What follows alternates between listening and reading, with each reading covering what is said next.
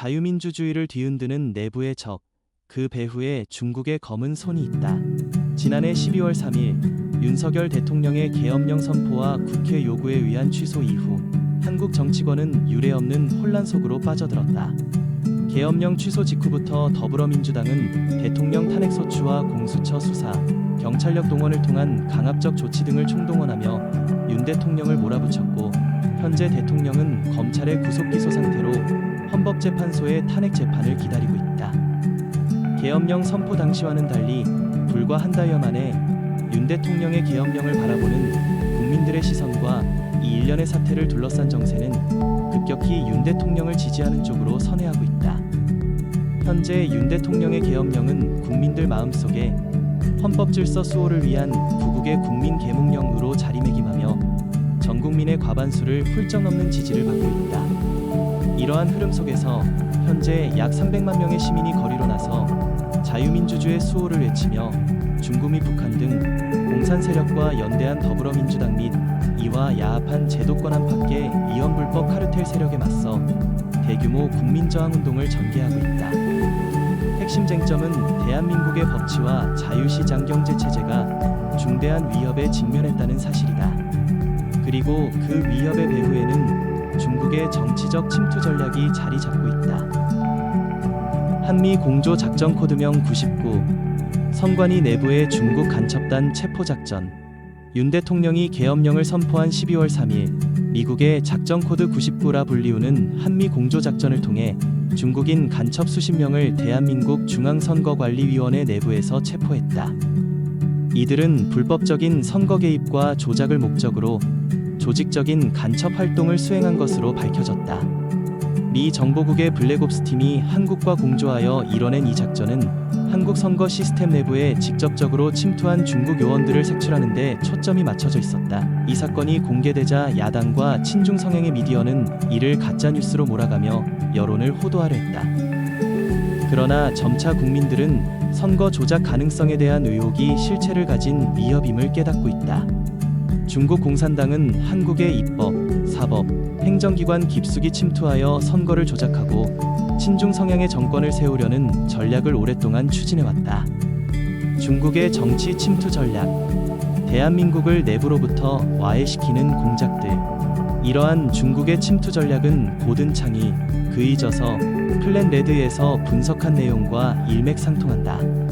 중국은 한국과 같은 시장경제 체제를 가진 자유진영 국가에 대해 내부 와해 전략을 사용하여 전복을 시도한다. 그 방식은 다음과 같다. 선거 개입을 통한 입법부 장악, 특정 정당 및 정치인을 지원하며 친중 성향의 법안을 통과시킬 수 있는 환경을 조성하며 특히 사회주의 공산주의적 성향의 법안을 도입해 시장경제를 약화시키는 방향으로 몰아간다. 사법부와 언론을 이용한 반대 세력 탄압, 반중 성향의 정치인 및 여론 주도층을 법적 탄압하거나 가짜뉴스 유포로 명예를 실추시키며 기성 언론 및 소셜미디어 플랫폼을 동원하여 반중 정서를 가짜뉴스로 몰아가는 프레임 전략을 활용한다. 경제적 종속을 통한 영향력 행사, 한국의 대기업 및 금융기관에 대한 직간접 투자를 늘려 기업 의사결정 과정에 개입하는데 반중 성향의 기업은 견제하고 친중 성향의 기업을 육성하여 한국 경제 주도권을 장악한다. 한국에서 현재 벌어지고 있는 혼란이 단순한 정당 간의 싸움이 아니라 중국의 정치 공작과 연계된 체제 전복 시나리오의 일부라는 점을 인식해야 한다. 헌재의 탄핵 심판과 정부 마비, 대한민국 체제 전복의 최종 단계이다. 현재 윤 대통령뿐만 아니라 정부 요인 29명이 탄핵소추 대상이 되면서 행정부는 사실상 마비 상태에 빠졌다. 헌법재판소가 공정성을 상실하고 이미 판결이 정해진 상태에서 재판을 진행한다는 의혹이 제기되면서 헌재가 법적 절차를 가장하여 사실상 국가 최고 지도부를 강제로 축출하는 정치적 쿠데타에 가담하고 있는 것이 아니냐는 비판이 커지고 있다. 이는 고든창이 지적한 중국의 체제 전복 전략의 마지막 단계와 정확히 일치한다. 1단계, 선거 조작을 통한 입법부 장악. 2단계, 사법부 및 공권력을 활용한 반대 세력 숙청. 3단계, 최고 지도부 제거 후 친중 정권 수립. 현재 대한민국은 이 마지막 단계에 와 있으며 자유민주주의를 수호하려는 윤 대통령과 대다수 국민들은 국가 존립을 위한 최후의 싸움을 벌이고 있다.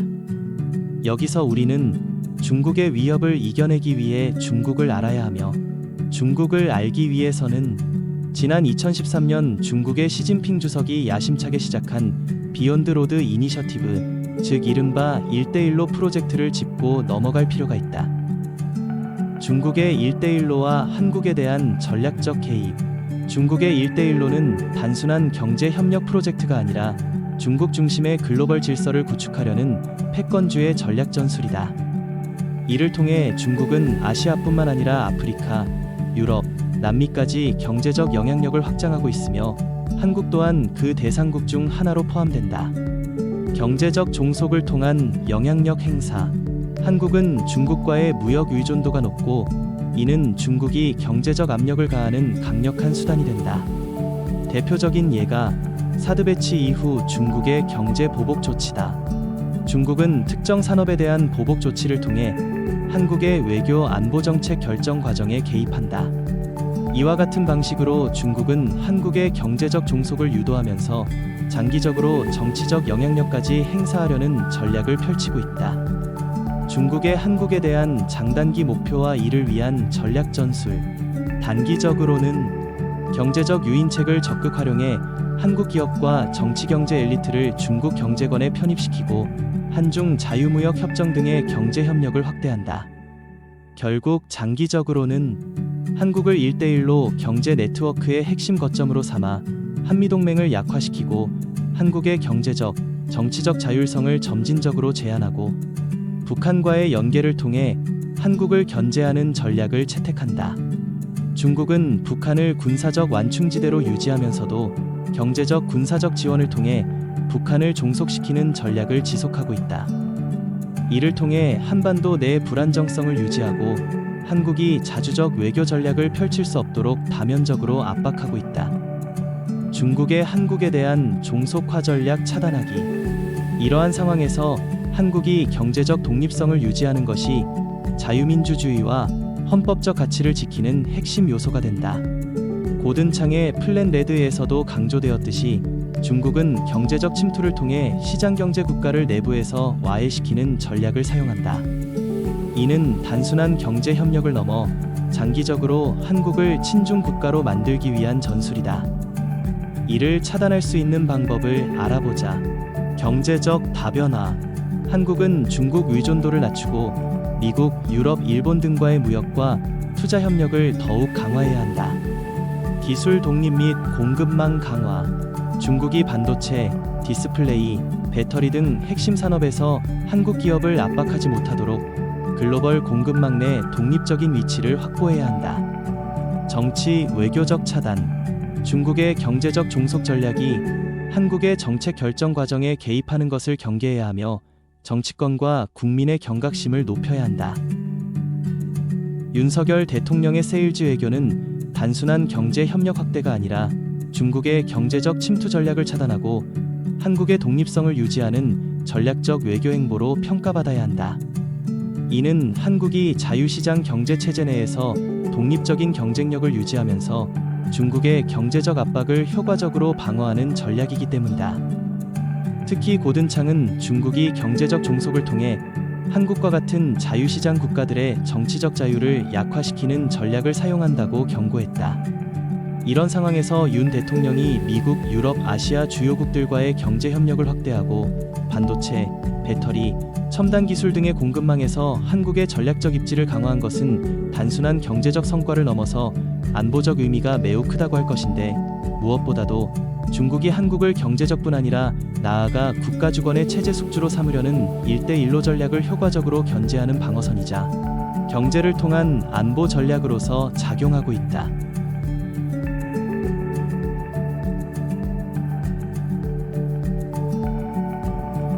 결론, 한국의 지정학적 사명과 국민의 각성.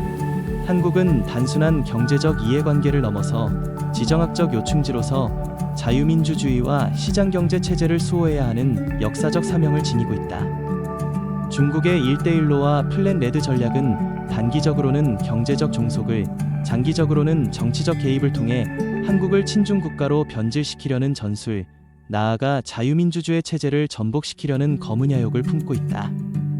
이러한 야욕을 차단하기 위해 한국 사회는 중국의 경제적 영향력 확대를 경계하고 정치적 독립성을 유지하기 위한 국민적 인식을 강화해야 한다.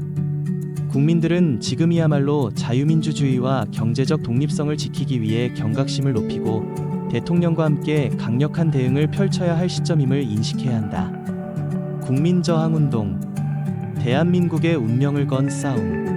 현재 300만 명에 이르는 국민들이 자유민주주의를 수호하기 위해 거리로 나섰다. 이는 단순한 시위가 아니라 국가의 주권을 회복하고 중국 공산당의 침투를 막기 위한 국민적 항쟁이다. 윤 대통령은 본인의 신변을 걸고 대한민국과 국민을 구하려 했으며 그 진정성을 점차 많은 국민들이 깨닫고 있다.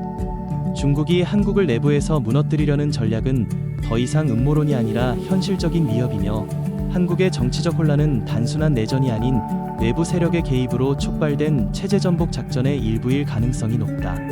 이제 대한민국은 선택의 기로에 서 있다. 대한민국이 자유민주주의 국가로 남을 것인가, 아니면 중국의 정치적 숙주로 전락할 것인가. 이 싸움은 단순한 국내 정치의 문제가 아니라 한국의 생존과 직결된 문제다. 지금이야말로 국민들이 깨어나야 할 순간이다. 대한민국의 자유와 주권을 지키기 위해 어떤 선택을 할 것인가?